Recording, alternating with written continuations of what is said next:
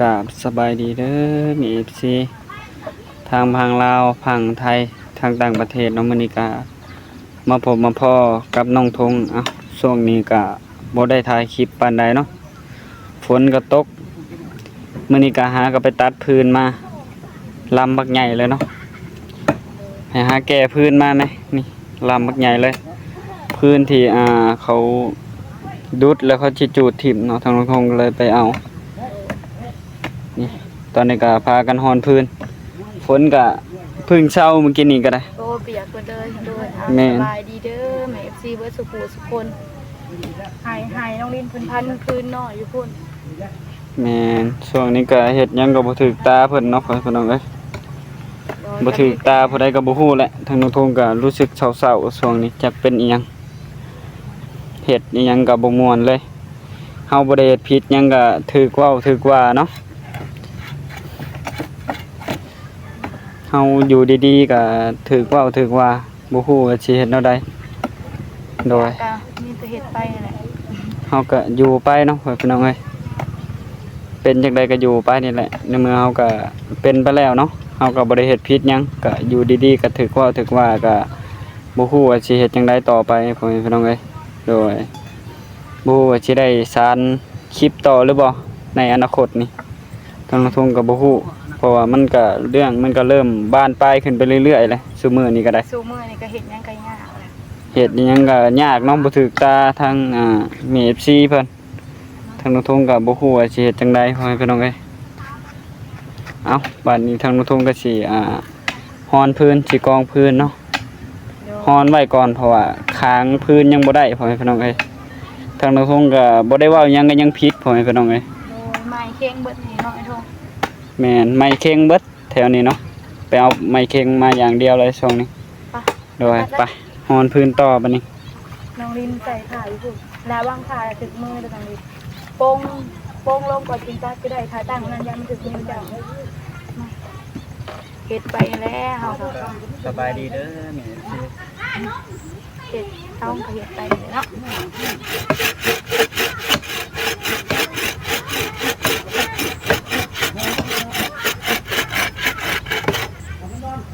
เฮ็ดยังไปกะบ่ถึกตาคนที่บ่มักเฮาเนี่ยเฮ็ดยังไปกะคิดเบิด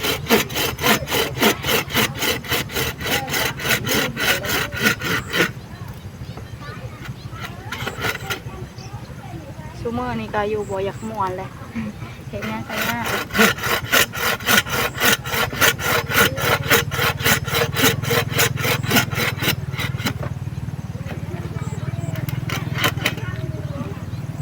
ตัดดีกว่าที่ทำเลยตัดก็ได้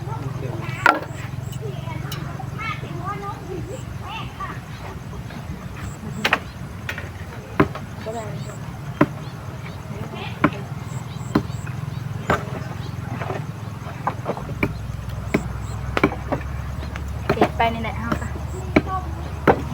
หรือว่าสีเอาไว้ปูพื้นบ่คือหนังสือบ่ได้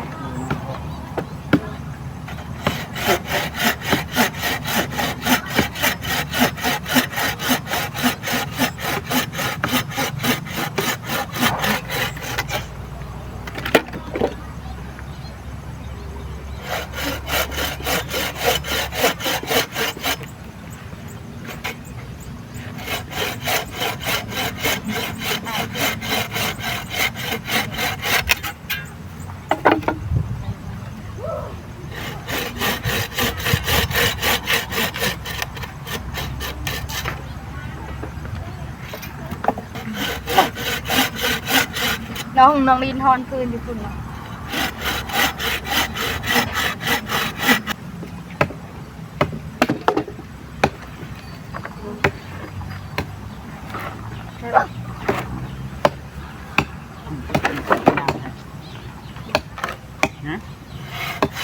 งาบใส่ลูกนี่ไง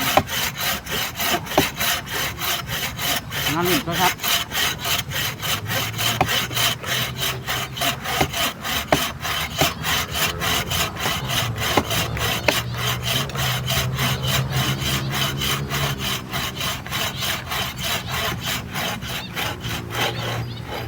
หามเตียงมาใส่ตู้เขาได้ทำไมด้วย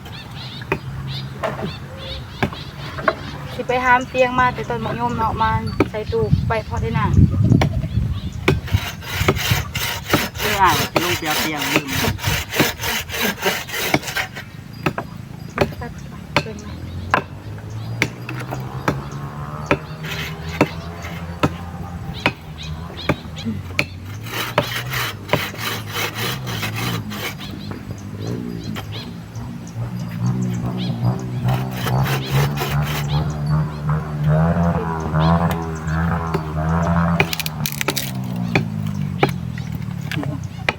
บอกอย่างนี้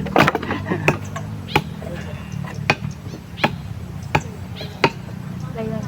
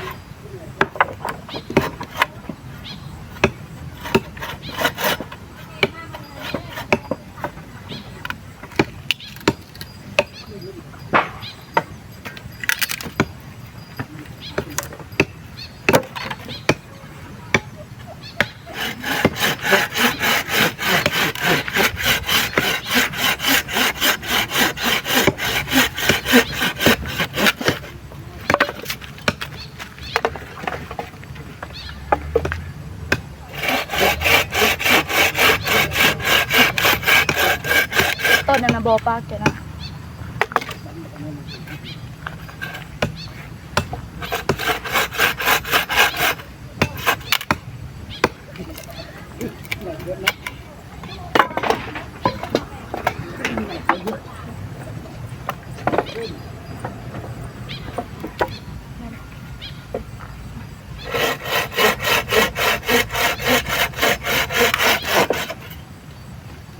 เอาบันไม้ไว้เนาะ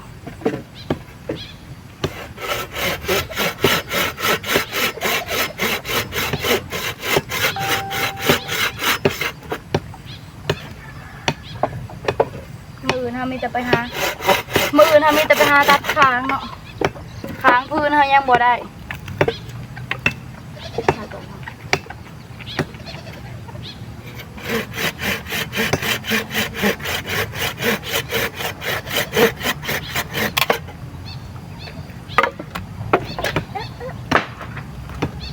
ประเด็นนี้เป็นไหม ก็เรียนบนอื่นไว้เพื่อถ่ายคลิปอยู่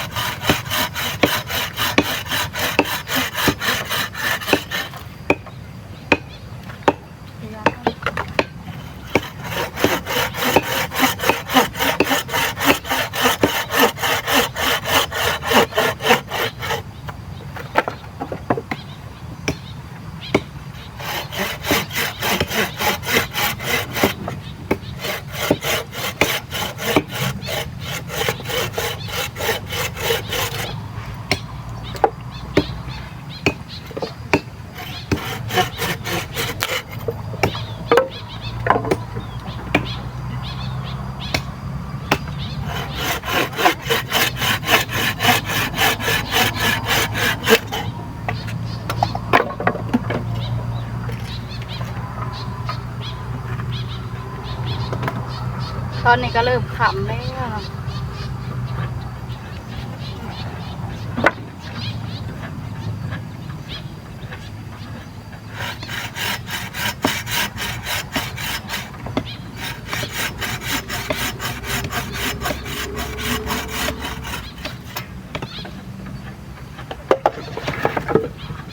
อะไร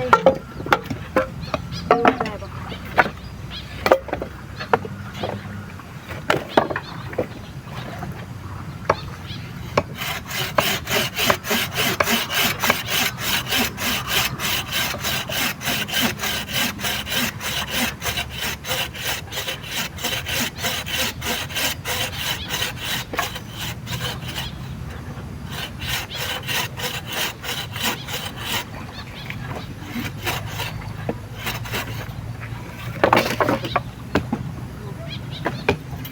อะไรบ้าง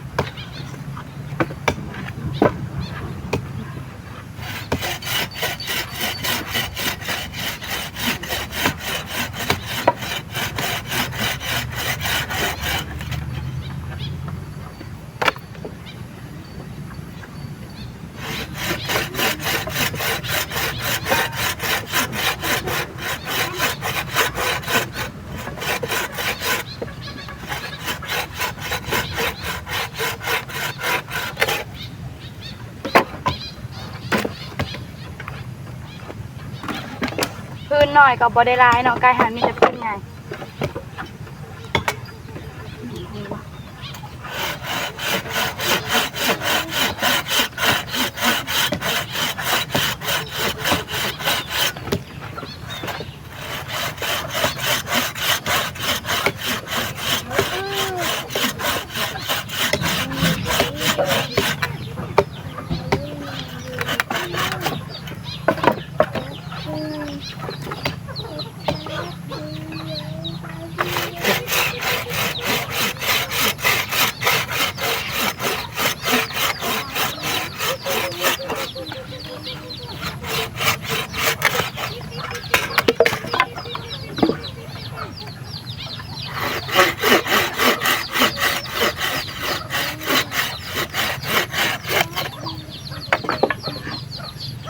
ถ้าพ่นบโต๊ะกะสีกองพื้นเลยแต่ด้นเลยเนาะไอ้พวกแต่เองพ่นโต๊ะตลอด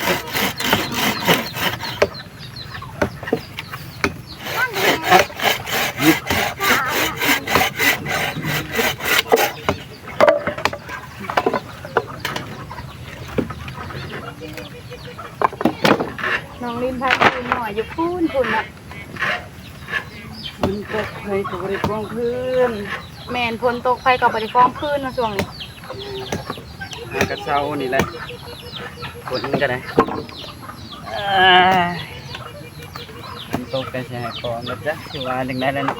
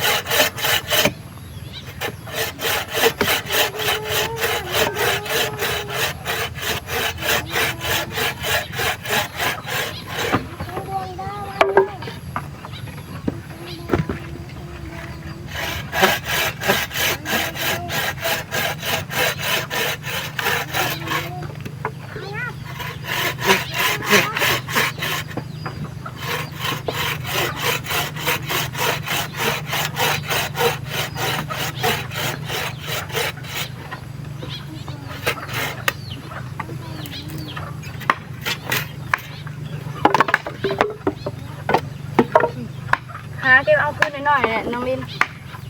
เอาผ่าบ้านเนาะเดี๋ยวพื้นใหญ่ก็ไม่ทงเดี๋ยวก็ชีบ้านเองก็ไม่ทงเกิด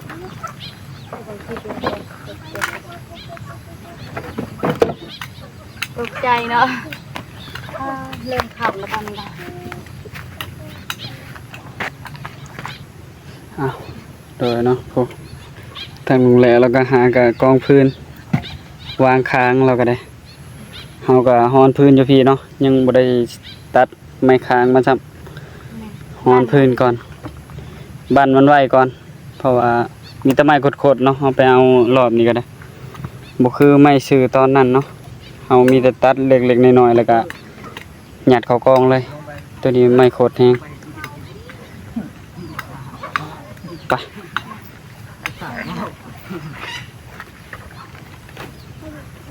น้อยหนึ่งมาเอาลูกกี่ก้อนนี่ใช่นี่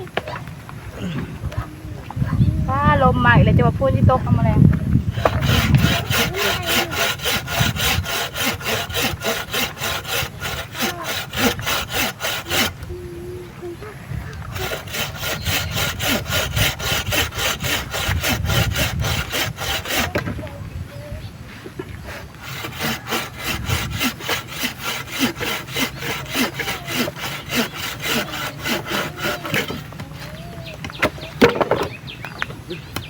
ได้ปะ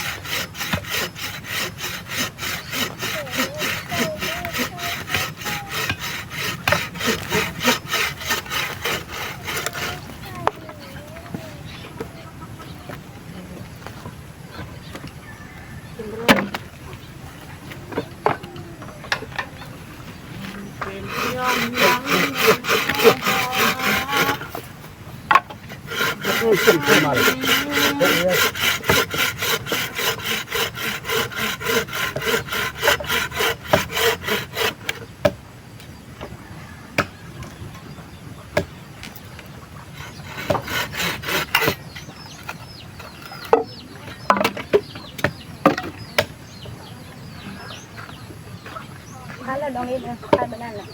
แล้วระวังมันถึงมือตัวเองก็พอทานไปโลดทานจำได้ก่อนระวังมันถึงมือ ทำแล้ว แม่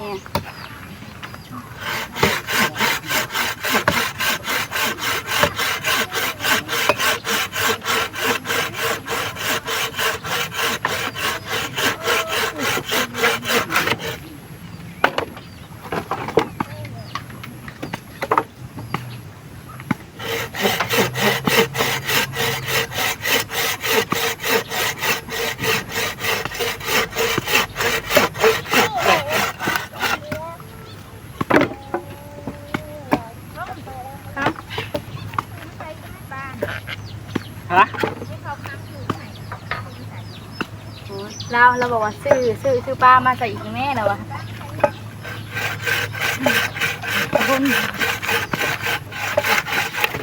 ซื้อปลามาใส่น้องนะ แม่